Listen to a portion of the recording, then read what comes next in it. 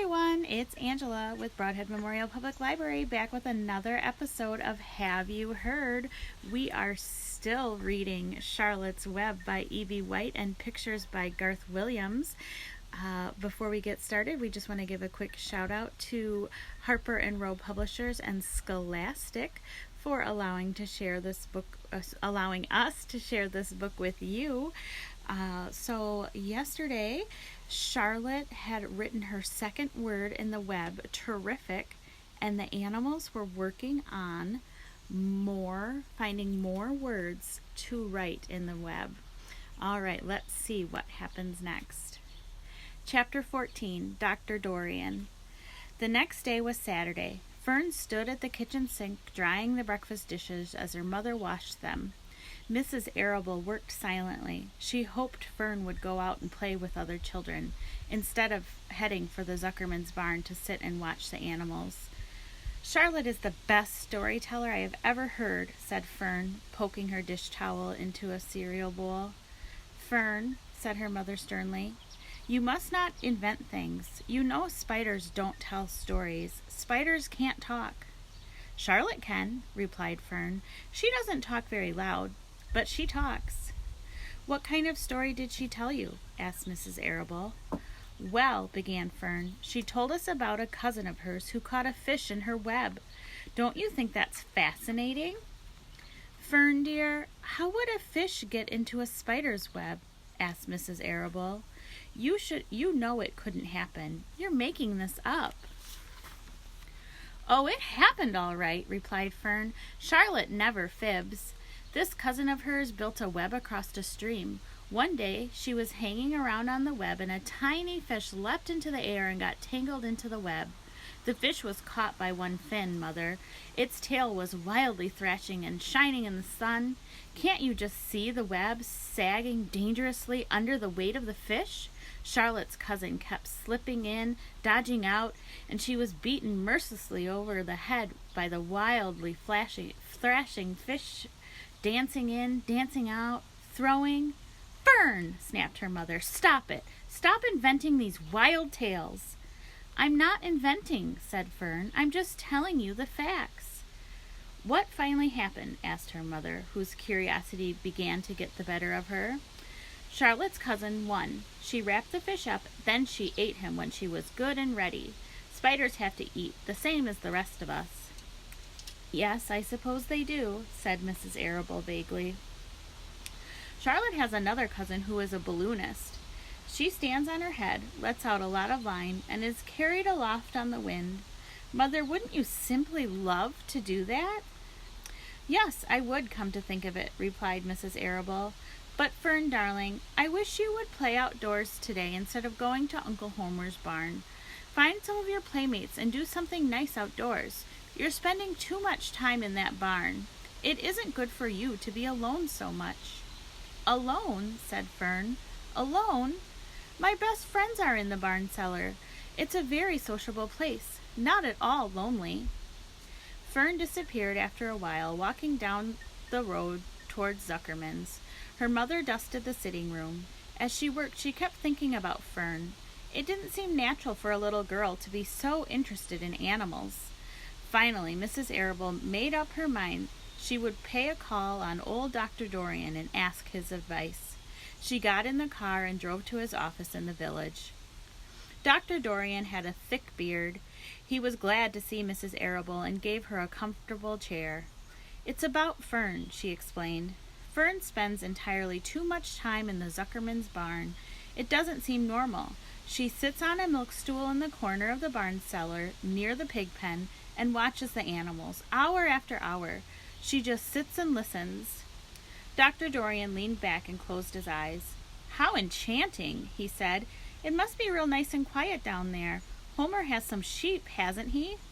"Yes," said Mrs. Arable, "but it all started with that pig we let Fern raise on a bottle. She calls him Wilbur. Homer bought the pig, and ever since it left our place, Fern has been going to her uncle's to be near it." "I've been hearing things about that pig," said Dr. Dorian, opening his eyes. "They say he's quite a pig." "Have you heard about the words that appear in the spider's web?" asked Mrs. Arable nervously. Yes, replied the doctor. Well, do you understand it? Asked Mrs. Arable.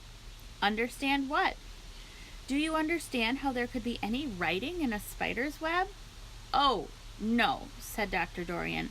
I don't understand it. But for that matter, I don't understand how a spider learned to spin a web in the first place.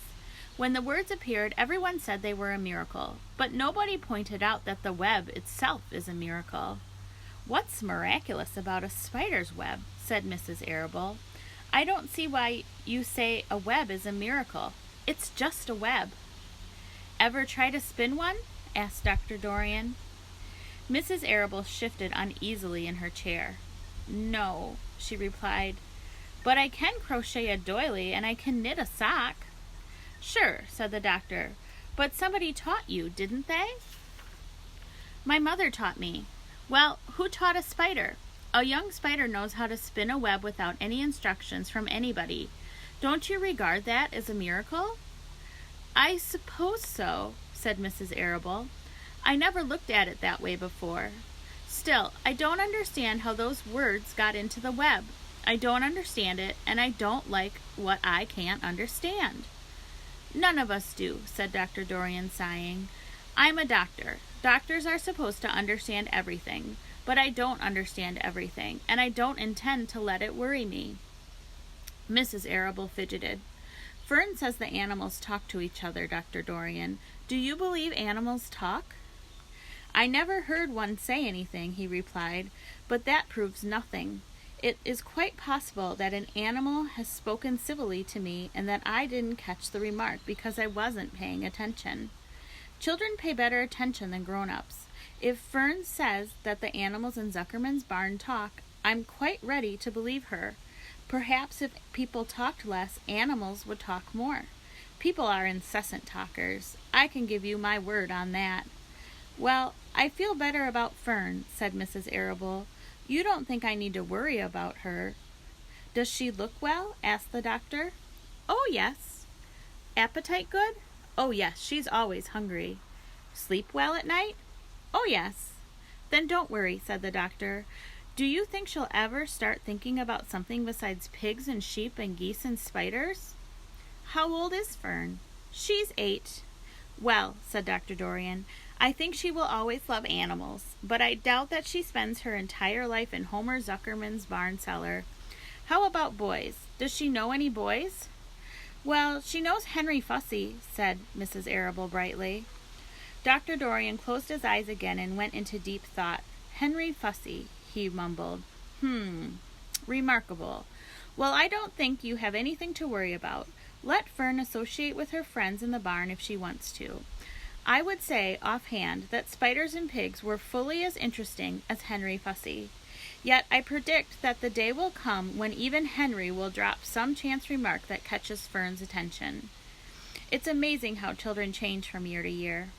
How's Avery? He asked, opening his eyes wide. Oh, Avery, chuckled Mrs. Arable. Avery is always fine. Of course, he gets into poison ivy and gets stung by wasps and bees and brings frogs and snakes home and breaks everything he lays his hands on. He's fine. Good, said the doctor. Mrs. Arable said goodbye and thanked Dr. Dorian very much for his advice. She felt greatly relieved. Chapter 15. The Crickets. The crickets sang in the grass. They sang the song of summer's ending, sad, monotonous song. Summer is over and gone, they sang, over and gone, over and gone. Summer is dying, dying.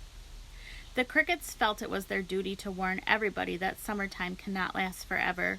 Even on the most beautiful days in the whole year, the days when summer is changing into fall, the crickets spread the rumor of sadness and change. Everybody heard the song of the crickets. Avery and Fern Arable heard it as they walked the dusty road. They knew that school would begin again soon.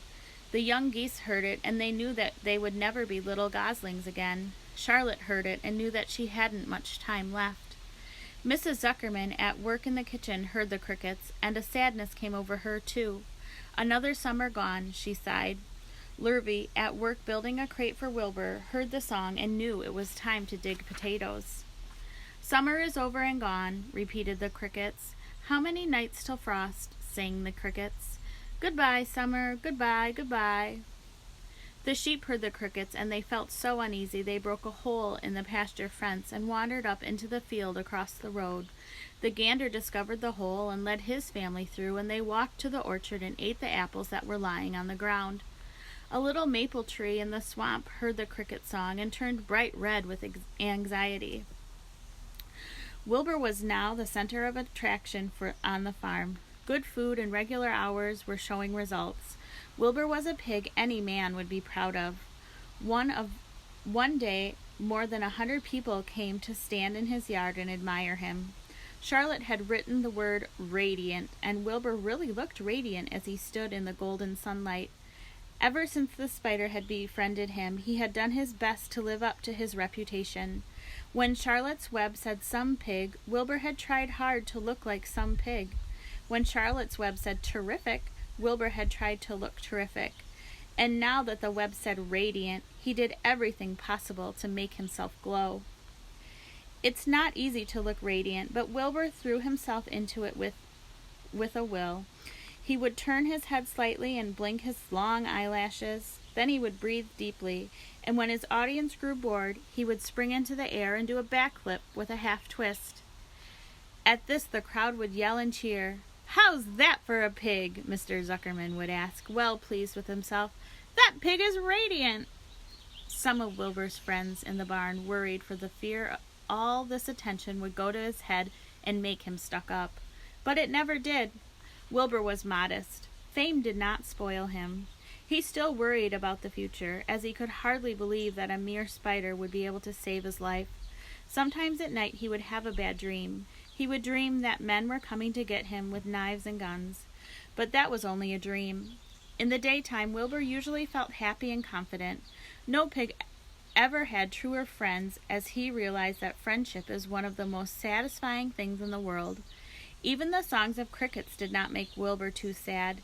He knew it was almost time for the county fair, and he was looking forward to the trip. If he could distinguish himself at the fair and maybe win some prize money, he was sure Zuckerman would let him live. Charlotte had worries of her own, but she kept quiet about them. One morning, Wilbur asked her about the fair. You're going with me, aren't you, Charlotte?" he said. "Well, I don't know," replied Charlotte. "The fair comes at a bad time for me. I shall find it inconvenient to leave home for a few days." "Why?" asked Wilbur. "Oh, I just don't like leaving my web. Too much going on around here." "Please come with me," begged Wilbur. "I need you, Charlotte.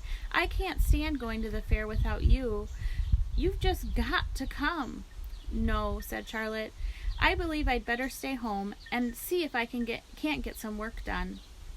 "What kind of work?" asked Wilbur. "Egg laying. It's time I made an egg sack and filled it with eggs." "I didn't know you could lay eggs," said Wilbur in amazement. "Oh, sure," said the spider. "I'm versatile." "What does versatile mean? Full of eggs?" asked Wilbur. "Certainly not," said Charlotte. "Versatile means I can turn with ease from one thing to another. It means I don't have to limit my activities to spinning and trapping, and stunts like that." "Why don't you come with me to the fairgrounds and lay your eggs there?" pleaded Wilbur. "It would be wonderful fun." Charlotte gave her web a twitch and let's start that one over. Charlotte gave her web a twitch and moodily watched its way. "I'm afraid not," she said. "You don't know the first thing about egg laying. I can't arrange my family duties to suit the management of the county fair. When I get ready to lay eggs, I have to lay eggs, fair or not. However, I don't want you to worry about it. You might lose weight. We'll leave it this way. I'll come to the fair if I can." "Oh, good," said Wilbur. "I knew you wouldn't forsake me just when I needed you most." All that day, Wilbur stayed inside, taking life easy in the straw. Charlotte rested and ate a grasshopper. She knew that she couldn't help Wilbur much longer. In a few days, she would have to drop everything and build the beautiful little egg sack that would hold her eggs. Chapter 16. Off to the Fair. The night before the county fair, everybody went to bed early. Fern and Avery were in bed by 8. Avery lay dreaming that the Ferris wheel had stopped and that he was in the top car. Fern lay dreaming that she was getting sick in the swings. Lurvy was in bed by 8:30. He lay dreaming that he was throwing baseballs at a cloth cat and winning a genuine Navajo blanket. Mr. and Mrs. Zuckerman were in bed by 9. Mrs. Zuckerman lay dreaming about the deep freeze unit. Mr. Zuckerman lay dreaming about Wilbur.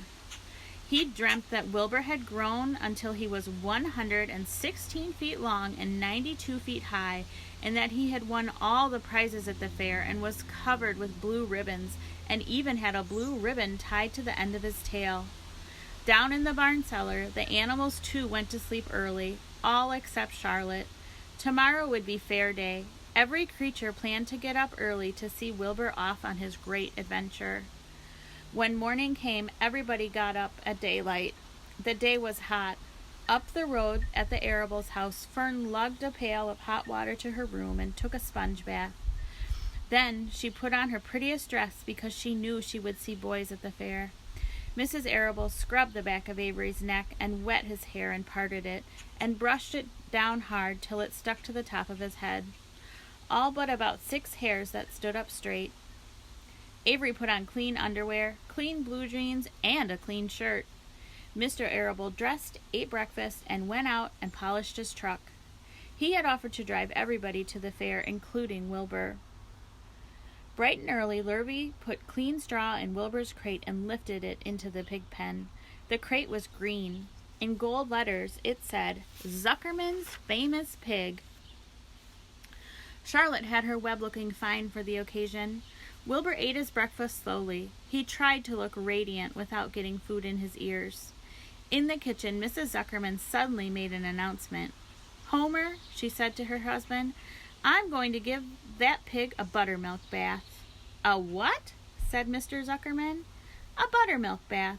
My grandma used to bathe her pig in buttermilk when it got dirty. I just remembered." "Wilbur's not dirty," said Mr. Zuckerman proudly. "He's filthy behind the ears," said Mrs. Zuckerman. "Every time Lurvy slops him, the food runs down around the ears. Then it dries and forms a crust. He also has a smudge on one side where he lays in the manure." "He lays in clean straw," corrected Mr. Zuckerman. "Well, he's dirty and he's going to have a bath." Mr. Zuckerman sat down weakly and ate a donut. His wife went to the woodshed. When she returned, she wore rubber boots and an old raincoat, and she carried a bucket of buttermilk and a small wooden paddle. "Edith, you're crazy," mumbled Zuckerman, but she paid no attention to him. Together they walked to the pig pen. Mrs. Zuckerman wasted no time. She climbed in with Wilbur and went to work, dipping her paddle in the buttermilk. She rubbed him all over. The geese gathered around to see the fun, and so did the sheep and the lambs. Even Templeton poked his head out cautiously to watch Wilbur get a buttermilk bath. Charlotte got so interested she lowered herself on a drag line so she could see better. Wilbur stood still and closed his eyes. He could feel the buttermilk trickling down his sides. He opened his mouth and some buttermilk ran in. It was delicious. He felt radiant and happy. When Mrs. Zuckerman got through and rubbed him dry, he was the cleanest, prettiest pig you ever saw. He was pure white, pink around the ears and snout, and smooth as silk. The Zuckermans went up to change into their best clothes. Lurvy went to shave and put on his plaid shirt and his purple necktie. The animals left themselves to the barn. The 7 goslings paraded around and around their mother. "Please, please, please take us to the fair," begged a gosling. Then all 7 began teasing to go. "Please, please, please, please, please, please." They made quite a racket. "Children," snapped the goose, "we're staying quietly at home. Only Wilbur is going to the fair." Just then Charlotte interrupted. "I shall go too," she said softly. "I've decided to go with Wilbur. He may need me. We can't tell what may happen at the fairgrounds. Somebody's got to go along who knows how to write, and I think Templeton better come too. I might need somebody to run errands and do general work." "I'm staying right here," grumbled the rat. "I haven't the slightest interest in fairs." "That's because you've never been to one," remarked an old sheep. "A fair is a rat's paradise. Everybody spills food at the fair. A rat can creep out late at night and have a feast. In the horse barn, you'll find oats that the trotters and pacers have spilled. In the trampled grass of the infield, you'll find an old discarded lunchboxes containing the foul remnants of peanut butter sandwiches, hard-boiled eggs, cracker crumbs, bits of donuts, and particles of cheese. In the hard-packed dirt of the midway, after the glaring lights are out and the people have gone home to bed, you'll find a veritable treasure of popcorn fragments, frozen custard dribblings, candied apples abandoned by tired children, sugar fluff crystals, salted almonds, popsicles, partially gnawed ice cream cones, and the wooden sticks of lollipops. Everywhere is loot for a rat. In tents, in booths, in haylofts. Why, the fair has enough disgusting leftovers to satisfy a whole army of rats. Templeton's eyes were blazing. "Is it true?" he asked. "Is this appetizing yarn of yours true? I like high living, and what you say tempts me." "It is true," said the old sheep. "Go to the fair, Templeton. You will find that the conditions at the fair will surpass your wildest dreams.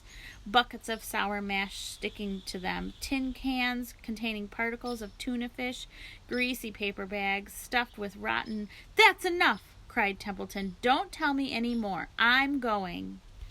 "Good," said Charlotte, winking at the old sheep. "Now then, there's no time to be lost. Wilbur will soon be put into the crate. Templeton and I must get in the crate right now and hide ourselves." The rat didn't waste a minute. He scampered over to the crate, crawled between the slats, and pulled straw up over him so that he was hidden from sight. "All right," said Charlotte. "I'm next." She sailed into the air and let out a drag line and dropped gently to the ground. Then she climbed the side of the crate and hid herself inside a knothole at the top in the top board.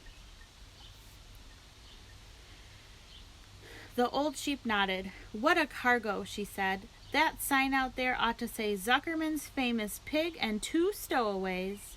"Look out, the people are coming, umming," shouted the gander. "Cheese it, cheese it, cheese it!" The big truck with Mr. Arable at the wheel backed slowly down toward the barnyard. Lurvy and Mr. Zuckerman walked alongside. Fern and Avery were standing in the body of the truck, hanging on to the sideboards. "Listen to me," whispered the old sheep to Wilbur.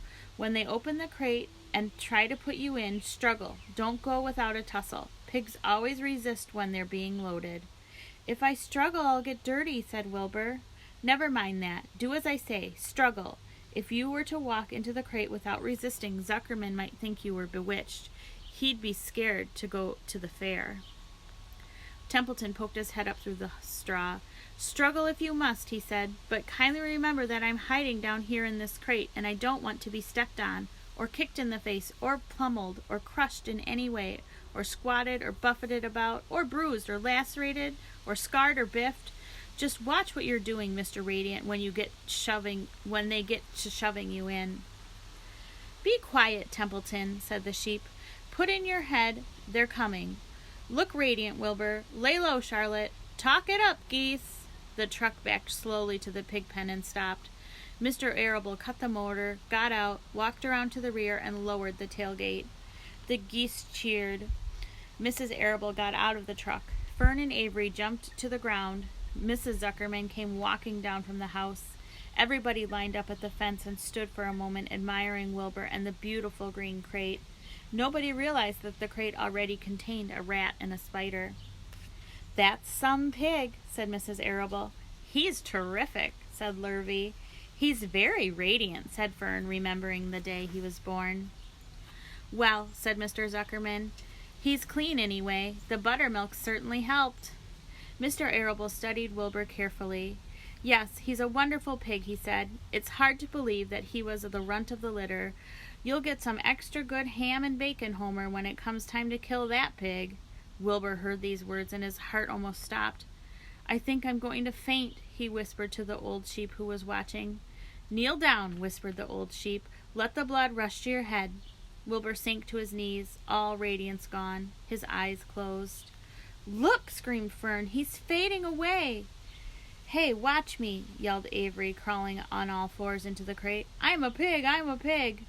Avery's foot touched Templeton under the straw. "What a mess," thought the rat. "What fantastic creatures boys are. Why did I let myself in for this?" The geese saw Avery in the crate and cheered. "Avery, you get out of that crate this instant," commanded his mother. "What do you think you are?" "I'm a pig," cried Avery, tossing handfuls of straw into the air. "Oink, oink, oink." The truck is rolling away, Papa," said Fern. The truck, with no one at the wheel, had started to roll downhill. Mr. Arable dashed to the driver's seat and pulled on the emergency brake. The truck stopped. The geese cheered. Charlotte crouched and made herself as small as possible in the knothole so Avery wouldn't see her.